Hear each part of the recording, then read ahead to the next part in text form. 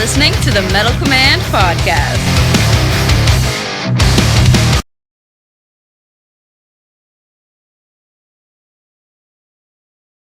Greetings, everybody. Welcome back to the Metal Command Podcast. Tony here with you, and today I am bringing you an interview with Tony Hernando of the band Lords of Black, which is a great power metal band from over in Europe. They have an upcoming album called Mechanics of Predacity, and that was mixed by Roland Grapow of Grapow Studios, who also, as many of you know, played in Helloween. This band also has Ronnie Romero. He is their vocalist. Of course, a lot of you over in Europe remember him playing with Richie Blackmore's Rainbow. So with that being said, here's the interview with myself and Tony Hernando. And again, if you like what you see and hear on this podcast, don't hesitate to follow the Facebook page, and don't hesitate to hit that subscribe button and hit that little bell to be notified anytime I do post a video. Here you go. Welcome, everybody. Tony Hernando from the band Lords of Black, of course, a really awesome power metal band from Europe. Brand new album that'll be coming out. Also mixed by somebody that I know really well, Roland Grapow, who obviously was in Helloween when I worked for them. And, Tony, it's a great name because it's my name, as well. So it's great to have you on here. And thank you so much. Yeah. Thank you so much for having me here, and really nice to talk to you. So it's very cool to be here. Great, man. So let's talk about this album you have coming out. Talk about the record, talk about when it's coming out. And I've listened to it in its entirety. I think it's very good, and tell us a little bit about it, tell the fans about it, and when it's coming out, everything like that. So the new album is called Mechanics of Predacity, and it's going to be out worldwide on March 15th. So it's 2 weeks to go from today. So I'm very excited about this release because it's our album number 6. And I think it's probably the strongest to date. Even Roland Grapow say it might be our best album to date. So I'm very excited. But I would say that I love all our albums. I think we have a really high standard on everything we do. So obviously this album was going to be strong and powerful because we always try to beat, to surpass everything we made before. So I think it's a great album. I would agree with you. I don't want to say anything bad about the previous records, but I thought these last 2 albums you had that came out before this were really, really going to be difficult for you to surpass as far as musically, because I thought they were really that good. And you managed to put an album out that's just as good, maybe a little bit better. I haven't, again, I've listened to it, but I haven't had like a year with it, right? To be able to, like, I don't know, have, maybe my opinion might change, maybe it won't, but in my opinion, it's at least as good, if not a little better than the last 2 records. And, those last 2 albums ended up getting great reviews. I thought they were both fantastic. Talk about this record now. Did you feel the same way about those albums? And did you feel going into the studio to write this album that you felt a little bit of pressure maybe to surpass them? Well, thank you for having such kind words on Alchemy of Souls, our previous album, Part 1 and Part 2. Both very strong records and very different. And maybe I think one of those few occasions when you can easily say that Part 2 is not worse than Part 1 or something like that. Maybe as good, as strong as the first part, or even better. Yeah. But I think this new album, Mechanics of Predacity, will grow more and more on you. So maybe in a year from now, you will say, I agree with you that this might be your strongest album to date. And I'm really excited about this one. So every time we go start writing another album, I wouldn't say it's pressure, but for sure I want to outgrow myself and prove if I can go farther and better. So it's in my nature, and my bandmates are as well very competitive and very, very good. So we all want to grow up and be the best we can every single time. So I really don't see ourselves slowing down or settle down for something cheap. No, that's not going to happen considering the way we are built. So I will keep pushing and pushing till I get to our masterpiece or whatever, and then we'll see. But I think Mechanics of Predacity, it has everything for everyone. I think at least you can see that there is a song of a bunch of songs for everyone. If you are a fan of full-on metal, you will be happy with the opening track or the closing track of the album as well. For What Is Owed to Us and Born Out of Time. If you are more into proggy stuff, you have 11 minutes long song like Awards That Departed. That is a beautiful journey. And you have everything in between. So I'd say there is something for everyone here. Right. You know, one of the things that I noticed too, and I told Roland Grapow this, that the mix and the sound of the record, I think, is a lot better than a lot of the stuff you have done. I think that, one of the things, every band, you ever notice, like, you'll have a lot of bands that have this relationship with a producer or a sound guy, and they typically have the same guy producing, music for that band. I feel like you have that relationship with Roland, and, I think that he has done an outstanding job on these records. And talk about that a little bit. How did you get involved with him, and what keeps the both of you working together? Yeah, I know Roland for many, many years. Personally, the first time I went to his studio with drummer Mike Terrana to record one of my solo albums, and instrumental albums, and we hit it off from the get-go. We have a strong relationship and mutual trust. We have a very similar taste in music and many things. And he's also, when I was younger, he was one of my influences as a songwriter and also as a guitar player. I've been a huge fan of his Helloween era, and also obviously of the first Masterplan albums that are masterpieces. And we have a really good relationship, both professionally and personally. Is someone that I really trust, and is kind of a co-producer or fifth member of the band. And glad that you mentioned that the album sounds really good in the sonic department to you, because Roland has been doing a great job from the very beginning with the band, from the debut album. But I also think that with us, he has been growing up and improving a lot in the sonic department. And the fact that Roland loves this band, loves Lords of Black so much that he always go the extra mile with us, because he really loves our music and our songs. So right. He gets really, really personally involved, and he wanted to improve himself in the sonic department as well. So it's a really good relationship because we are getting better and better results, and we get along marvelous. So it's great.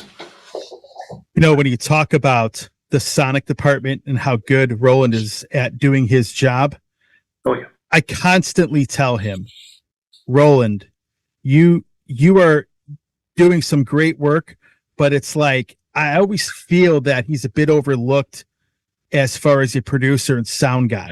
For whatever reason, I would have expected the work that he does, maybe to have some bigger bands seeking him out. And I don't see that. And I always tell him, dude, you got to get out there. You got to get some of these bigger bands. You can make some of these albums that I have coming in that I get to listen to sound so much better than some of the people that are mixing them.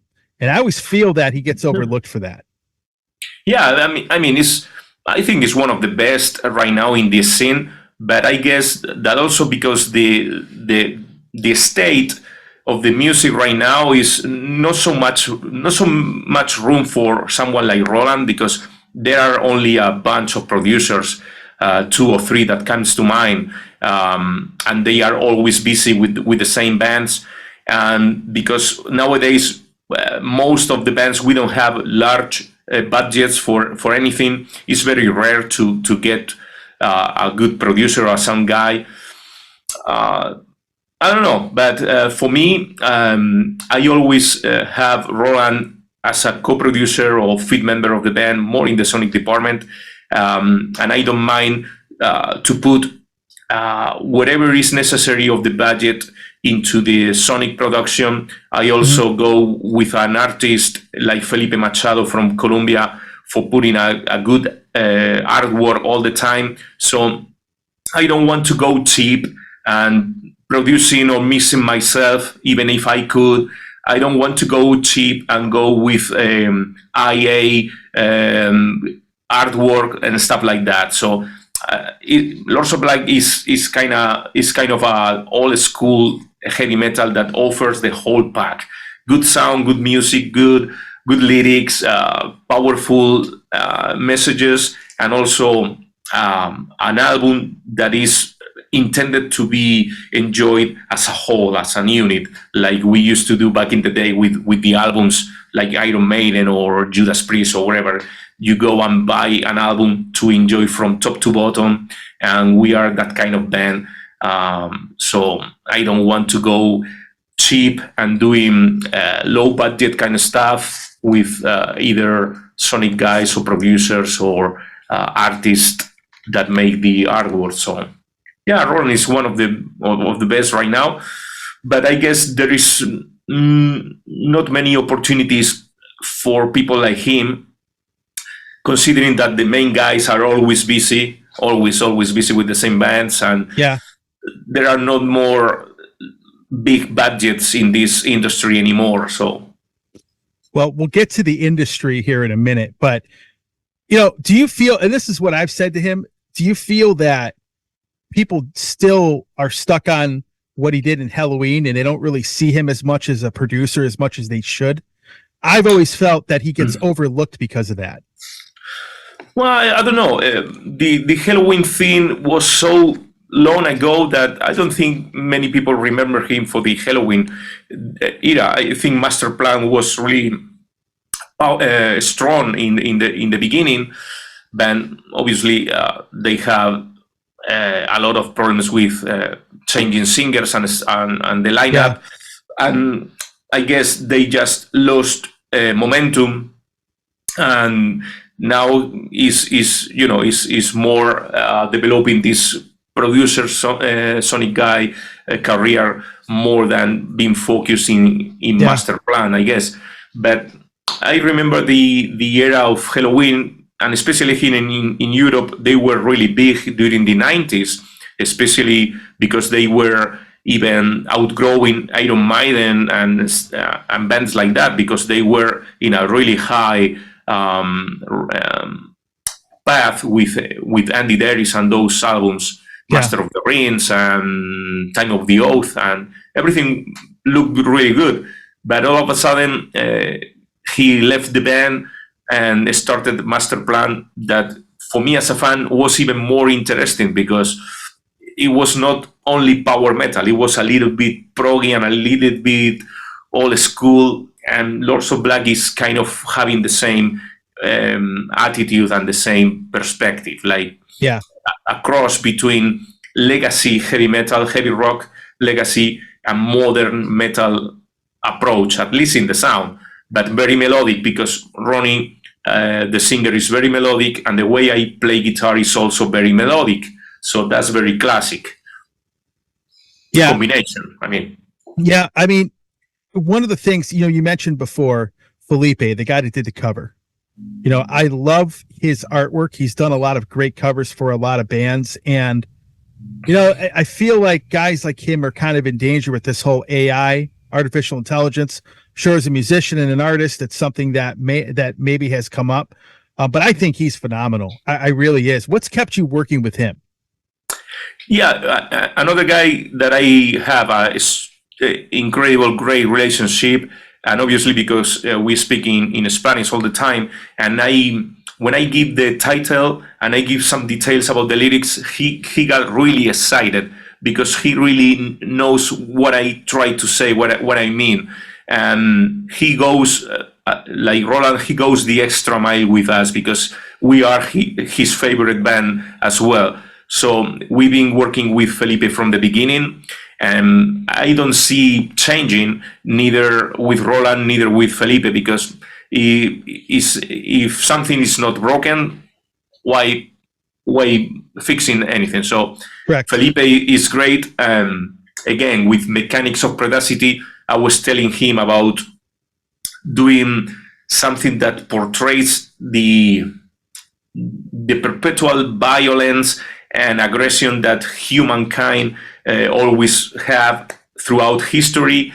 And that's the reason, because the title is that I'm trying to talk about the oppression and the oppressors and the oppressed throughout history.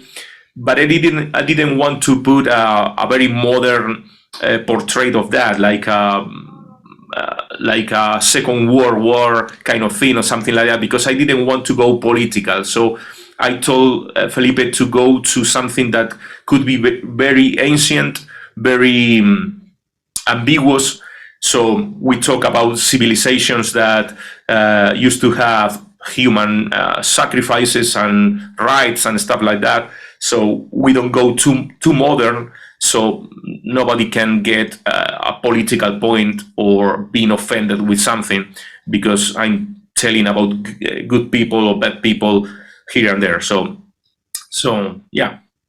Absolutely. Look, Tony, I have to tell you, the band, Lords of Black, the songs are there, the artwork's there, the production is there. This is an excellent band, and I think you guys should have a much bigger audience than you do. And what do you feel has kept the band from not having a bigger audience than where they're at right now? It's very simple, actually. I agree with you, and I don't want to sound too over the top or something like that. But from the beginning, I knew we had the name, we had the looks, we had the music, we had the lyrics, we had one of the best singers in the scene. But personal problems, internal problems, we kind of lost the momentum when Ronnie left the band and then returned. But I think that was really difficult. And nowadays, also because we don't have large budgets and everything, so every band that I know, including our band, have a big struggle to be able just to survive, because this is not the 80s, not even the 90s, with larger budgets that allow the bands to be professionally involved and not having too much stress. Because when there is no money, when you have problems on the road or wherever, it's like bass player is having issues with this guy or with me, or the way around. And it's not personal things, never. And it's not about the music. It's always about the lack of a great situation for everyone to be in a good spot, in a good position to keep going and pushing forward. Right. It's very difficult. Every band that I know today is having this kind of issue, this kind of problems, and really affects you on the internal relationships. So if the band is gonna be, again, like in the beginning, much more united, much more like a brotherhood, maybe we will have a good opportunity. But at least all I can say is we always put out strong records with quality on the music and the lyrics and the whole package, from the name to the logo to the artworks. So I'm really proud of that. Beside that, I don't have much more control on the other variables of the whole thing, because you also have to have some luck. So you have to have everything. Quality, of course, a strong work ethic, but also luck. You know, it's interesting you say that, because luck is the one thing I think you need to get.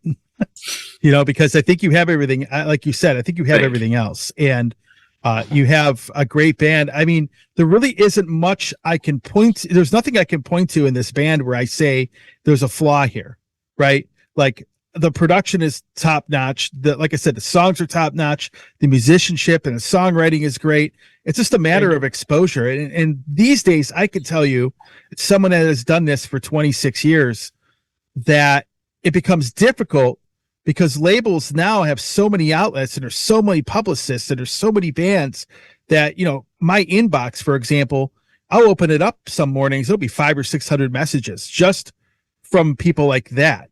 So I think you have, even if I had a team of people doing this with me, it would still be difficult to be able to hear anything. The only reason, honestly, the initial reason I even knew about you was because of Roland, because he would tell me what new bands would come in and that he would be producing. And then he would tell me, hey, this band's really cool, or that band is great. I produced this band's record. And that's how I found you, to be honest. And I've been hooked on the band since the second album.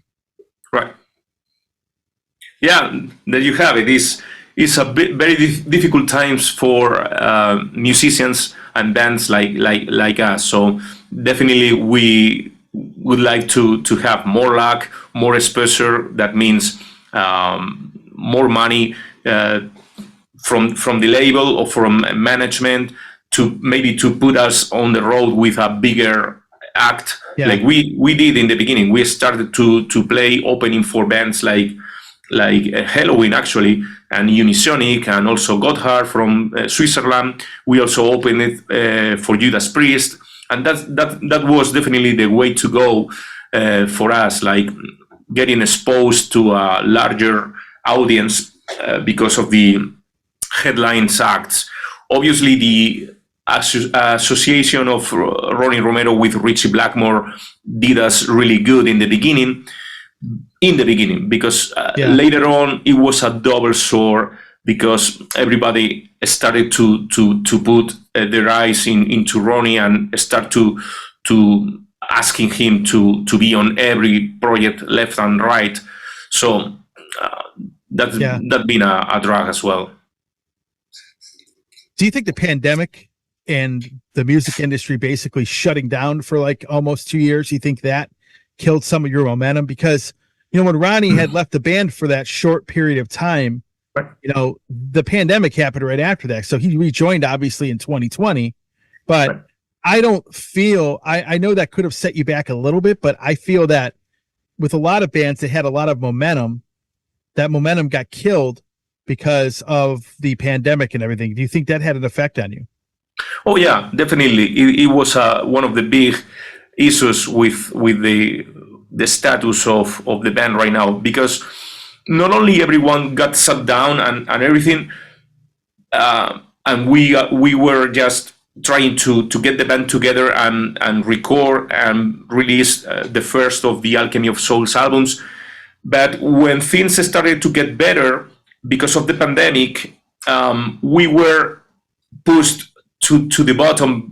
Why? Because the bigger bands that have already scheduled and contracted many tours and many stuff from the previous years, obviously they got postponed for later years. So those bands started to work really hard on 21 and 22, and that made us going right to the bottom again, because it's just a matter of our who is first, who got everything ready now, and those bands that were postponing tours on 2019 and 2020 were the first to go up and start again on tour. So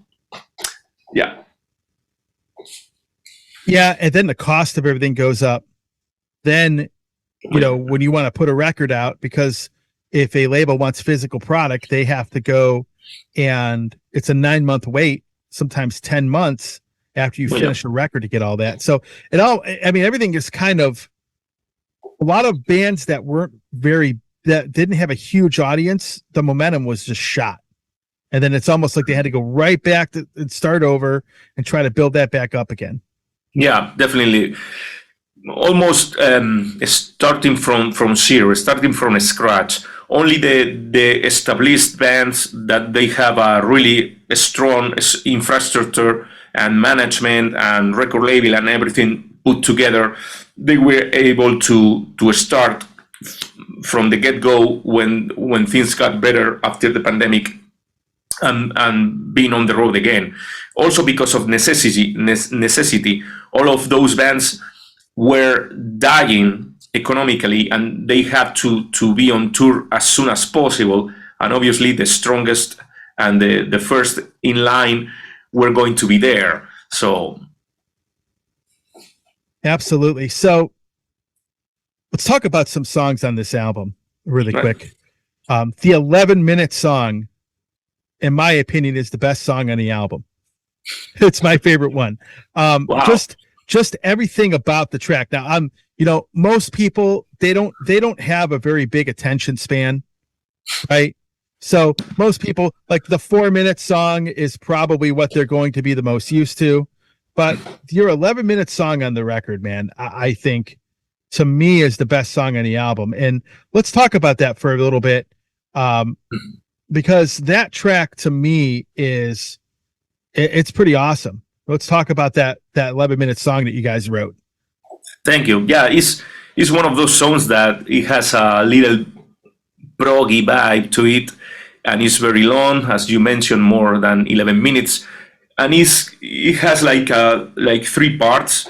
That's the reason because I put 3 subtitles for the 3 parts, and it's very melodic and it goes everywhere. And the lyrics, I think are very, very special, because it's not only that I'm talking about this feeling that I have that I don't belong anymore to this world right now, that everything got so weird, so strange from 2-3 years ago, from the pandemic, and also because of the socials, because of the perpetual crisis on either on food or politics or climate or everything. Everything is a crisis.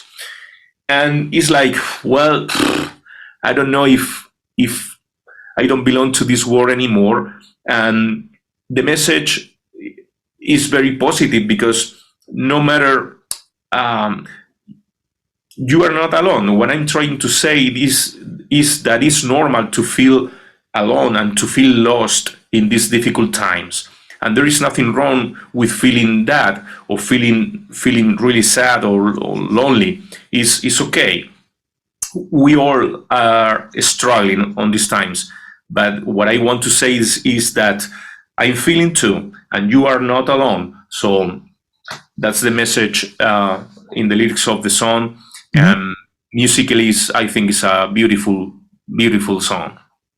Well, the single, For What Is Owed to Us, I'm just going to tell you that you're one of the few bands that seem to pick one of the better songs on the album as the single, as opposed to a lot of them put out the single and then you get the record. It's like, why would they put this out as a single, right? But I think the first song, it's the first song in the album. I think it's very good. And let's elaborate a little bit on that track, as far as what that one's about. Well, it was clear to me from the beginning that it was going to be the opening track. It had this acoustic intro and this kind of building up feeling, like in the old Metallica records, if you will. And then it goes in full-on metal mode, and the lyrics are really powerful as well. And it's a kind of call to arms, like a vengeance kind of song, like we've been struggling and being bullied and being scared 24/7, and we had enough, and we want our revenge. So it's kind of, really great song, and really cool for being the opening track of the album. Yeah, and the second song, Let the Nightmare Come, as well. Great track. When I first saw the title, I thought you might have wrote it about the music business, but no, not really. I know it's not, but that's what the title said because of all the craziness we've dealt with. But that's a very good track too. In fact, I would probably say that this record sort of gets better as you get into it. Like Let the Nightmare Come, I think, was a great album, and I really love the last song, Born Out of Time as well. So let's talk about those two tracks as well. Yeah, actually, Let the Nightmare Come is going to be the next single, the third video and single, and it's going to be released the very same day as the album is going to be released in 2 weeks from now. Really a strong song, really modern and really intricate on the drums department and the guitars. Really cool lyrics, but about about being strong and powerful enough to face anything. So Let the Nightmare Come. I'm ready for anything. While Born Out of Time, it was the perfect match for the opening track, and I thought, let's close the album the same as we opened the album, with a strong, fast, furious metal song. Born Out of Time was perfect for being the closing of the album. Yeah. And with the strong lyrics this time, there are some strong words there about my reflections on everything that is going on. So I'm putting a lot of the lyrics are really more than statements or my points of view. And obviously I don't want to preach anyone, of course, but it's more the questions I have all the time are about what is going on. And I really want to know the answers, or at least I hope to know the answers anytime soon. But many of the songs' lyrics are my frustration of what the hell is going on and why this and why that. And I may have an opinion, but I'm not preaching anyone. This is going on because of that, this or because of that. I really don't know. Maybe I'm wrong, maybe I'm right, but at least I'm making questions. And for sure, I would like to have the answers in the future. Sure. So let's talk about the beginning of the band for you. And I think, Ronnie Romero is a perfect singer for the kind of music that you write. And what was it about him that made you want to create music with him? Yeah, actually, it's not Ronnie is not perfect for this music, but it's because I make this music especially for his voice. Okay. And he is my favorite singer, and we have such a great chemistry from the get-go, from when we got together almost 10 years ago. And actually, the whole thing started when I put a tribute show for Ronnie James Dio here in Spain, in Madrid, a very huge show as a tribute for Ronnie James Dio. And I put a all-star kind of band with different singers and making a tribute of the whole career of Dio with Dio, Rainbow, and Sabbath. Right. And I didn't know anything about Ronnie, but somebody told me, wait to see or wait to hear this guy. Sounds like Ronnie James Dio. And I would say, well, yeah, whatever. And I remember, as it was today, the very first time that he came to the rehearsal room and we started to play one of the Dio songs, and I almost had to stop playing because I couldn't believe it. And it was something that got me through my spine like electricity. It was love at first sight, if you will. It was really that kind of chemistry. And he got the same feeling with me, and it was really, really strong. It was undeniable. With only one look to each other, we knew that we had to do something. It was like that. Obviously, it was much more difficult to start this thing from nothing, but we knew something was gonna be from that Ronnie James Dio tribute show. So yeah. It's funny you mentioned that. He does a great job at Dio, but on one of his solo albums, he did a Masterplan cover, which I thought was really cool.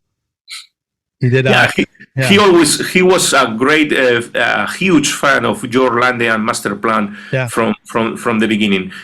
We both love those bands, that band, and he obviously always have Roland in really high esteem. Really, one of his favorite singers. All right, man. So you're a guitar player, obviously, and hold on one second. Yeah, here we go. You're a guitar player, obviously, and you got to name the one guy that inspired you, the one guitar player that inspired you, and really that you still look at to this day, that really inspired you to play guitar. Who would it be? Yeah, I could say a dozen, but if I have to go with only one guy, not only because the technical point of view, but musicality, and also because of the attitude and the honesty, it could be Gary Moore. Okay. Yeah. Why is that? Why Gary Moore? Yeah, he was my very first guitar hero. He was not only technical, but musically just so incredible, beautiful. He really got me really deep in my soul, in my heart. His playing, not only because of the appealing of the technical side, and also you could notice the honesty and the ferocity of the guy playing every note with like he meant it, every single note. Obviously, I prefer his rock phase, especially his albums in the 80s. But when he decided to go just with the blues stuff, he did amazingly as well. So, a legend, absolutely a legend. Absolutely, man. So I got a couple gone too soon. Yeah. Sadly, unfortunately, a lot of them are gone too soon. So, got a couple more questions for you that I'm going to touch on before we get out of here. The next thing is, I don't know what it is, but bands like yours always seem to have a hard time gaining a bigger fan base in the U.S. Not really just where I'm at, but just the country in general. Why do you think that is? What do you think is the challenge for a band from Europe, especially playing more power metal, to come over here? It's strange because we always say that heavy metal was born in UK, and British heavy metal came to United States, and then you guys had this beautiful scene from Van Halen, and all those hair metal bands from LA and everything. And metal got really, really mainstream during the 80s because of the MTV and all that stuff. True. And I think it was the most popular music in the United States in the 80s, actually. But after the grunge thing, and I remember because I was living and studying in United States in the mid-90s, there was nothing about heavy metal. It was like dead and gone. Heavy metal was still strong in Europe and in Japan, but for whatever reason, in the United States, was never popular. Not even nowadays. It's like very niche. It's very small, and it really is so bad because it's such a great country and a big market. Yeah, and it's horrible that the biggest outlet, the biggest market for music in general, that is United States, is not there anymore for metal bands. So it's really bad. Yeah, I can't. I lived through it. I started the show 26 years ago, right at the tail end of it. So trust me, I've been there. I totally understand where you were going with that. So now you have a tour. Do you have a tour planned for coming up this year? And maybe talk about some of your tour plans at this point. Hopefully, we are just talking about this right now with the company, and if we get a new agent or a new management for this, and hopefully we will be seeing the band playing live again at the fall of this year. But it depends on the schedules of everyone and the priorities of everyone. I know that Ronnie is also busy with some stuff, so it has to be at the right moment with the right conditions before I can be sure that it's gonna happen. Obviously, Sure. I'm first in line to say this is what I want, because I really want to put the band again on live performances, because we have such a great chemistry as well with the fan base, and it's like I feel I owe our fan base a proper tour this time. So I will do my best to make that happen. But many issues are absolutely not under my control. Understood. Well, hey, Ronnie. Hey, Tony. I'm happy that you came on the show. It's great to be able to talk to you. I can't speak highly enough of the music you've been putting out with Lords of Black. Not just this album, but the other albums that have come before. Thank you so much, sir. Very, very good stuff. My comment again about it really being the new album really being just as good, if not better, than the last stuff. Let's face it. For me, I mean, every album has been pretty consistently good. So it's really kind of hard for me to go back and like, man, I don't know which record I like better, because all of them have been consistently good in all seriousness. This one's really, really well written though. And I'm really liking it. So any last words for fans that are going to be checking out the interview? Well, I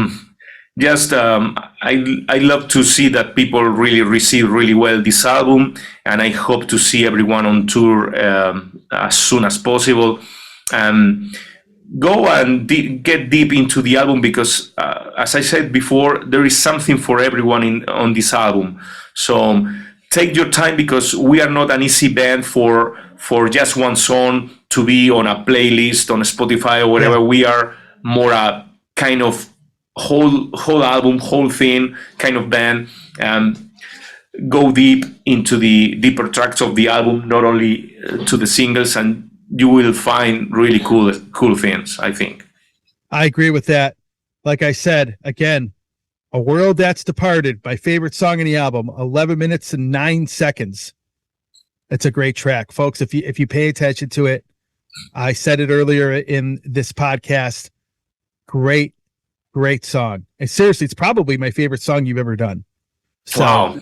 Thank you. So with that said, Tony Hernando from Lords of Black here on the Metal Command. Great to have you on, and hope to do it again sometime. Thank you so much for having me. Have a great one. Take care.